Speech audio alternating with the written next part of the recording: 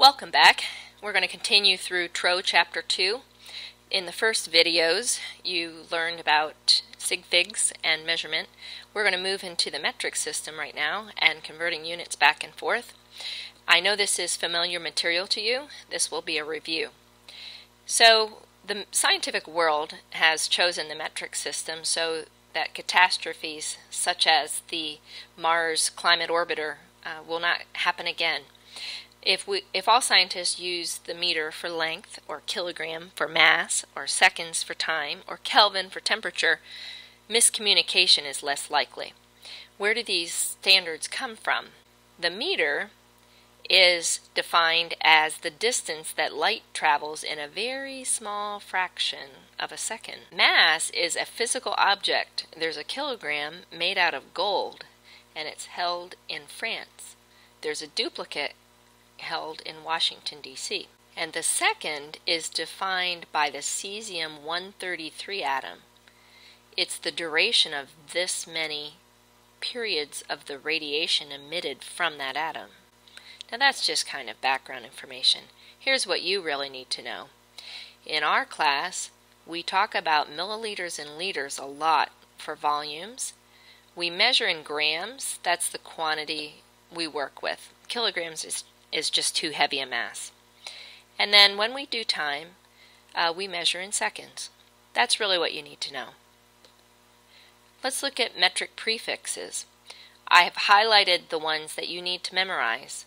If you look over on the right here, what I have done is move these into 1,000 multiples. Okay, so you see here I've asked you to know the mega prefix, the kilo prefix.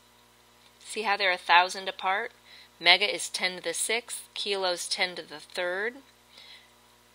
Then there's 1 in the middle. These are the big guys. And then less than 1, here is 1,000th, the milli, micro, and micro has a Greek symbol that you might not be familiar with, the mu. It goes like this. Okay, that's mu. And then nano, and nano is about the size of an atom. And then pico would be inside the atom. So these are 1,000-fold multiples. 10 to the 6, 10 to the 3, 1, 10 to the minus 3, minus 6, minus 9, minus 12. You see? Memorize these yellow ones. Okay, how do we convert back and forth? You basically have what's called a conversion factor, and the conversion factor is equal to 1. So if I say there are 1,000 milliliters in a liter, let me get my pen rather than my mouse. Okay, if there are 1,000 milliliters in 1 liter, that is a legitimate conversion factor because these guys are equal to each other, so they're equal to 1, so I'm able to multiply by that. So we'll practice this. So let's say we wanted to say instead of kilograms, we want to go to grams. So how many grams are in a kilogram? So it's good in your mind if you think, which one's the bigger one? Is the kilogram bigger than the gram? Well, the kilo is the 1,000-fold prefix. These are the big guys. Here is 1 is in here. So here's where we'd say, you know, the gram exists. And then here's the kilogram. So we're saying kilograms are bigger than grams. And so we need to move 3 powers of 10. See, they're 10 to the 3 is what kilo means. So 1 kilogram is 10 to the 3 grams. So this is 3.56 times 10 to the 3 grams. What's our conversion factor?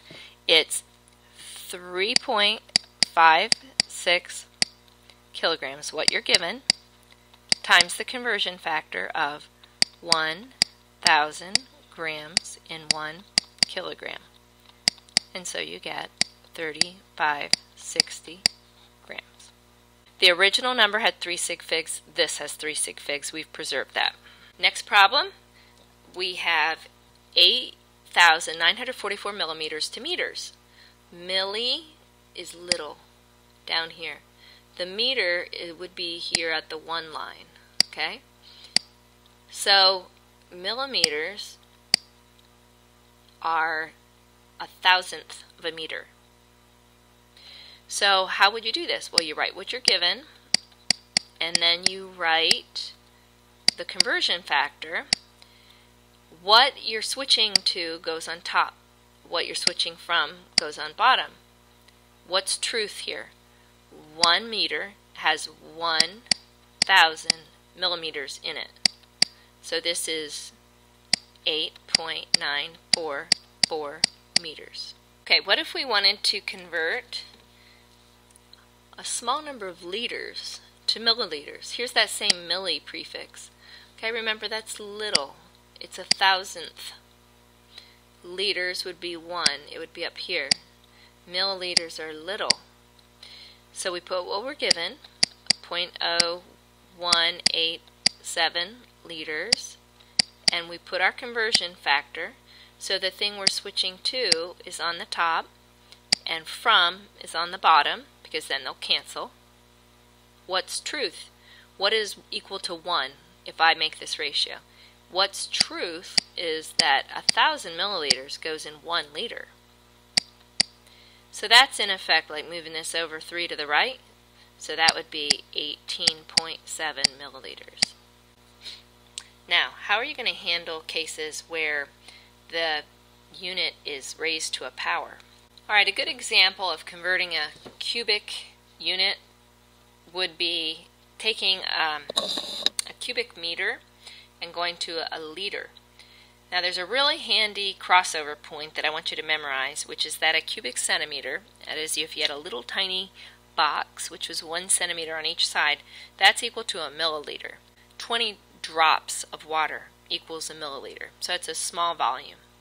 We're going to use that to switch over between cubic meters of this big box to liters. How many liters are in that box? So what we want to do is start with our given of 20 cubic meters, and let's get into these cubic centimeters because I know the relationship between centimeters and meters. What I know is that there are 100 centimeters in a meter, okay, in 1, and that guy has to be cubed. To cancel cubic meters, I need cubic meters on the bottom. This is how I get cubic meters. Well, next we multiply by this handy relationship. It's a crossover. So that will transfer me out of cubic centimeters into the volume world of milliliters. It's 1 to 1. Okay? And lastly, I want to get to liters. What I want is on the top. What I'm switching out of are on the bottom.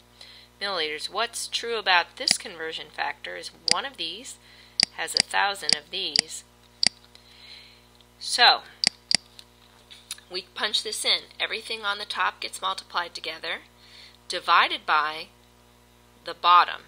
Now on your calculator, I want you to get into the habit of using brackets so you keep all the numerator stuff together, divided by bracket everything in the bottom. So you do 20 times 100 cubed. Now how do you do 100 cubed on your calculator? It's basically 100 caret 3 on your calculator. And then we're going to divide by 1,000. You know, these are just multiplying by 1,000. You end up getting 20,000 liters. Next conversion. Let's convert a very small number of grams to these different forms: centigrams, nanograms, micrograms, milligrams. Okay, because I've done this a time or two, I immediately see this as the microgram. You see the microgram is 10 to the minus 6? So that one I can do right away. 1.88 micrograms. I put the micro in the front, and it takes the place of this times 10 to the minus 6. Okay, now what am I going to do for this guy? I'm going to have a relationship between, this is my given, times, what's my conversion factor? What I want over what I was given. So we would get 1.88 times 10 to the minus 3 milligrams. If I multiply 10 to the minus 6 by 10 to the 3, I get 10 to the minus 3. All right, let's look at nanograms. Start with what you're given and multiply by a conversion factor that's true. So we want to switch to nanograms and switch out of grams. So what's the relationship? If we look up here at nano, it's 10 to the minus 9th, or we could say there are 1 billion nanograms in 1 gram. So that would be an overall positive 10 to the 3. If I take 10 to the minus 6 and multiply by 10 to the minus 9, I get a positive 10 to the 3. Last up, centigrams. I have my given times a conversion factor that switches to the centigram from the gram. What's truth? 100 centigrams in 1 gram. So I'm going to move that over 2 powers of 10, so it would be 1.88 times 10 to the minus 4. So that summarizes converting units. We're now going to move into density, which is section 2.9 in your book. Density.